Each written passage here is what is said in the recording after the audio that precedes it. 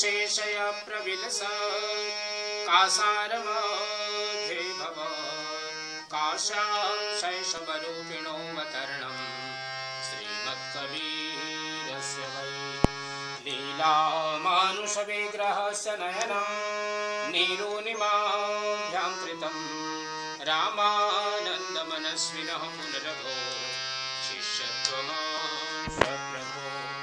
पश्चाद्वादिकदम्बकुञ्जरहरे आश्चर्यमये यो भवन् लीलाः शक्तिविकासनं च पुरतो महम्मदक्षोणिक पश्चाज्जीवनमद्भुतं कृतमभूत् कम्मालिकं मालयो पश्चादेवलकस्य रक्षणमभूत्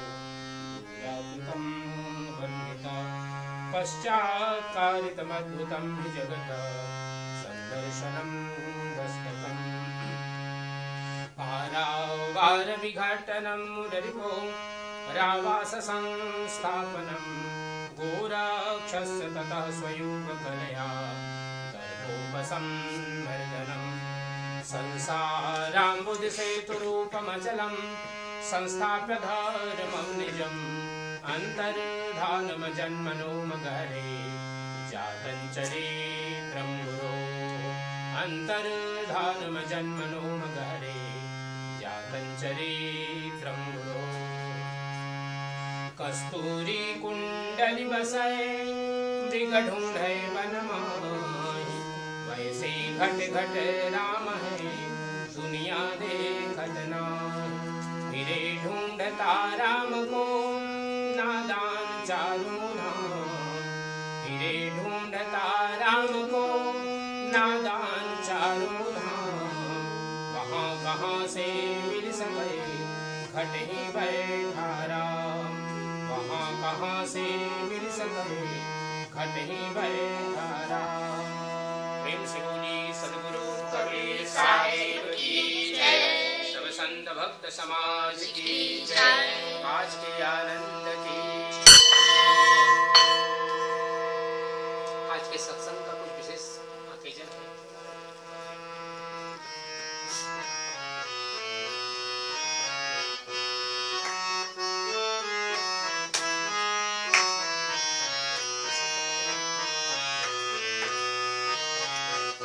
मैं तो तेरे पास में हो पुकारूं रे बंदे मैं तो तेरे पास में हो पुकारूं रे बंदे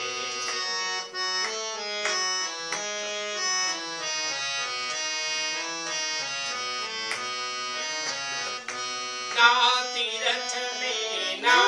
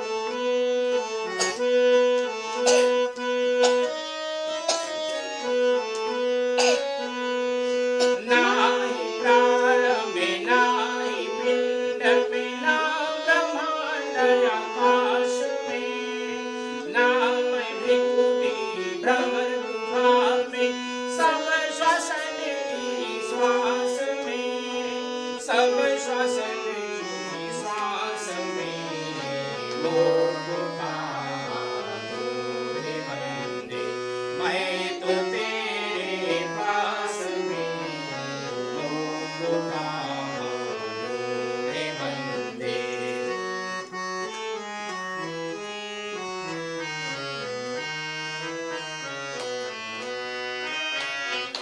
खोजी हो या तुरंत मिल जाऊं, एक पल की तलाश में। खोजी हो या तुरंत मिल जाऊं, एक पल की तलाश में। कहे कबीर सुनो भाई साधो, मैं तो हूँ विश्वास में, मैं सतन के पास में मोक्ष का रे बंदे, मैं तो तेरे पास में मोक्ष का रे बंदे, मैं तो तेरे पास में मोक्ष का रे बंदे, मोक्ष का रे बंदे। प्रेम से बोलिए सद्गुरु कबीर साहिब की जय। परम आदरणीय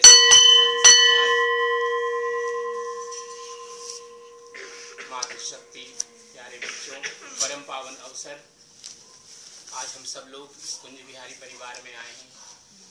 परम आत्मीय श्री संजीव भाई, उनकी श्रद्धेय माता जी, उनकी धर्मपत्नी श्रीमती विमला जी, उनकी बड़ी बेटी दुर्गा, उनके दोनों पुत्र और परिवार की और भी माताएं, बच्चे, सब लोग यहाँ पर उपस्थित हैं। एक सुंदर अवसर, आज ज्येष्ठ महीना के कृष्ण पक्ष का यह अवसर चल रहा है। हम सब लोग जानते हैं कि ज्येष्ठ माह सदगुरु कबीर साहब के प्रागट्य का माह होता है और भारत में इस पूरे महीने में कार्यक्रम चलते हैं। और मुझे बहुत प्रसन्नता है कि भाई संजीव ने आज यह सत्संग अपने यहाँ रखा और एक अवसर मिला सदगुरु की आराधना करने का, संध्या करने का, भजन करने का, सदगुरु को स्मरण करने का और मिल करके सदगुरु की शरणागति में कुछ समय बैठ करके ध्यान करने का। यह जीवन बड़ा ही अनमोल है, क्योंकि व्यक्ति जब जन्म लेता है, जन्म लेना मनुष्य का जीवन विशेष करके इसलिए मूल्यवान है क्योंकि 84 लाख योनियों के पुण्य का जब समूह एकत्र होता है तब मनुष्य का यह शरीर मिलता है।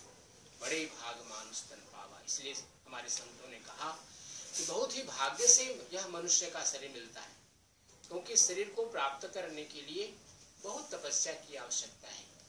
और इस शरीर को प्राप्त करने के बाद जो एक आयु मिली है हमें, क्योंकि जीवन जन्म लेने के बाद और जो हमारे अंतिम श्वास के बीच में जो समय है हमारा, उसी को हम आयु कहते हैं। यह जो अवसर है यह मूल्यवान इसलिए है क्योंकि इसमें काफी समय हमारा जीवन का बहुत से अन्य ऐसे कार्यों में चला जाता है जिनको कि हम आवश्यक समझते हैं, लेकिन कभी कभी वो समय हमारा व्यर्थ में भी चला जाता है। जैसे हमारा बचपन का समय अबोध होता है, हमारे सामने बच्चे बैठे हैं, इसलिए अबोध है क्योंकि वे नहीं जानते कि शरीर का, इस जीवन का क्या मूल्य है। जब वो समझते हैं, अर्थात जब 11 साल 12 साल के होते हैं, तो वो एक ऐसी अवस्था होती है, एक ऐसा उम्र होता है जिसमें माया का आकर्षण, अगर हम जवान 12-13 साल की उम्र में विपरीत लिंग के प्रति आकर्षण होता है, और धीरे धीरे जब और जवान होते हैं, जब विद्यार्जन कर लेते हैं, तो नौकरी की एक आकांक्षा होती है कि अच्छी नौकरी मिले, अच्छा बिजनेस हमें प्राप्त हो कि हम अपना जीवन बसा सकें। अब युवावस्था में धन की प्राप्ति की आकांक्षा, मन में अनेक प्रकार की कामनाएं हमारे अंदर जागृत होती हैं। अच्छा घर हो, गाड़ी हो, हमारा जितना भी संसाधन है, सुखमय जीवन हो हमारा परिवार का। तो ये जो कामनाएं हैं, इनमें हमारा काफी समय चला जाता है। प्रतिदिन का हमारा लगभग 8 घंटे सोने में चला जाता है, दिन के कार्यों में चला जाता है। सदगुरु कबीर साहब ने एक बहुत सुंदर बात कही, श्वास श्वास में नाम ले। कितना सुंदर और सहज बना दिया इस जीवन के लक्ष्य को प्राप्त करने का, क्योंकि यह जो मनुष्य जीवन है, धर्मार्थ काम मोक्षाणाम 4 महापुरुषार्थ है जीवन का, इस मनुष्य जीवन का, स्त्री हो पुरुष हो सभी के लिए। अर्थात हमारा जीवन में धर्म का नींव हो, फाउंडेशन हमारा धर्म का हो, और धर्म से ही हमारी जितने भी अर्थ की प्राप्ति है वो सब जुड़े होना चाहिए। जितने भी हमारी आकांक्षाएं हैं, कामनाएं हैं, वे सभी हमारी धर्म से जुड़ी हुई होनी चाहिए। और कहते हैं मोक्ष की प्राप्ति की साधना, जब हम सदगुरु से मिलते हैं तो गुरु हमें साधन बतलाते हैं, सत्संगति बतलाते हैं, साधना करने का उपाय बतलाते हैं, हमारे रहन सहन जीवन में व्यवहार करने का विचार हमें उपदिष्ट करते हैं, उपदेश देते हैं। तो यह जो हमारे जीवन के 4 महापुरुषार्थ हैं उसका बोध हमें प्राप्त होता है। इसलिए जो समय अनावश्यक जाता है उसको भी सार्थक कैसे करें, यह सदगुरु हमें बतलाते हैं कि हम अब जब जब श्वास में ध्यान आए बस सत्य नाम का हम जाप करें, सत्य नाम का धुन करें। कभी कभी कोई भूलवश किसी का हम जैसे पैरों के नीचे कभी कोई चींटी आ जाती है, कभी कभी हम मच्छरों को मार लेते हैं, कभी और किसी जीव के प्रति हमारी हिंसा की भावना हो जाती है, तब हम जरूर सदगुरु से एक प्रार्थना करें कि इस जीव को एक सदगति प्राप्त हो। यह सदगुरु हमें शिक्षा देते हैं, क्योंकि जीवन में मनुष्य सर्वोपरि इसलिए कहा गया कि इसकी जिम्मेदारी भी सबसे अधिक है। आज हम पूरे विश्व में जिस महामारी से ग्रस्त हैं उसको भी लाने का और उसको दूर करने का दोनों कार्य मनुष्य का ही है। क्योंकि मनुष्य जब एक जिम्मेदारी संभालता है तो पूरी प्रकृति का संरक्षण होता है। मनुष्य जब अपनी जिम्मेदारी का, अपने जो कर्तव्य बोध है, जब उससे हीन हो जाता है तब समाज में एक विखंडन, एक विप्लव और अनेक प्रकार की समस्याएं पैदा होती है। इसलिए मनुष्य की जिम्मेदारी सबसे अधिक है। इसको ध्यान में रखते हुए हमें धर्म भी कमाना है, अर्थ भी कमाना है, अपनी जो शुभ कामनाएं हैं उनकी भी पूर्ति करनी है, और हमें मोक्ष की भी प्राप्ति करनी है, क्योंकि मोक्ष हमारे जीवन का सबसे बड़ा लक्ष्य है। आज एक सुंदर अवसर आप सब लोगों ने दिया है। सदगुरु आप सबके जीवन में सुख लाएं, समृद्धि लाएं, निरोगी बनाएं, और अपने साथ अपने पूरे परिवार, जितने भी यहाँ पर परिवार रहते हैं, आप सब लोग, सबका जीवन सुखमय हो, यह सदगुरु से प्रार्थना करते हैं। आइए मिल करके सत्यनाम धुन करते हैं। सत्यनाम सत्यनाम